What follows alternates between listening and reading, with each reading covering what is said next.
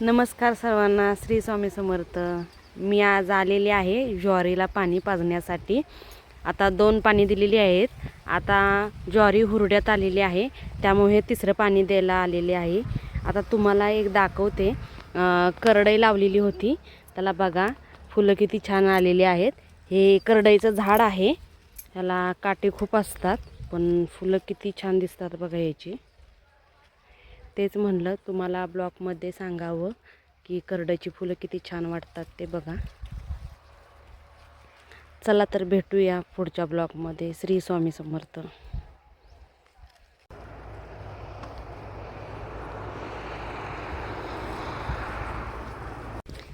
हा बघा, एक सारा भिजवून झालेला आहे आणि दुसरा भिजवायचा चाललेला आहे। पप्पा त्या पलीकडे उभे आहेत, मी या पलीकडे उभे आहे। पप्पांना जर सारा भरला की मी इथून आवाज देते तिकडे, आणि पप्पा तिकडून तो सारा मिटवून दुसऱ्या साऱ्याने पाणी सोडतात।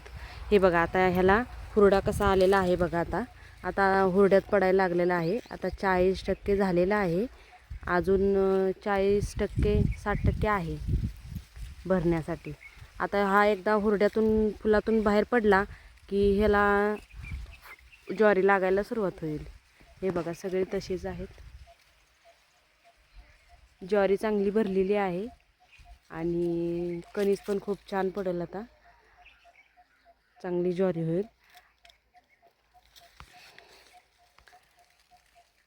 उंच गेलेली आहे खूप, त्यामुळे बांधायला लागणार आहे। आता बघू, 4 दिवसांनी बांधूया। चला भेटूया।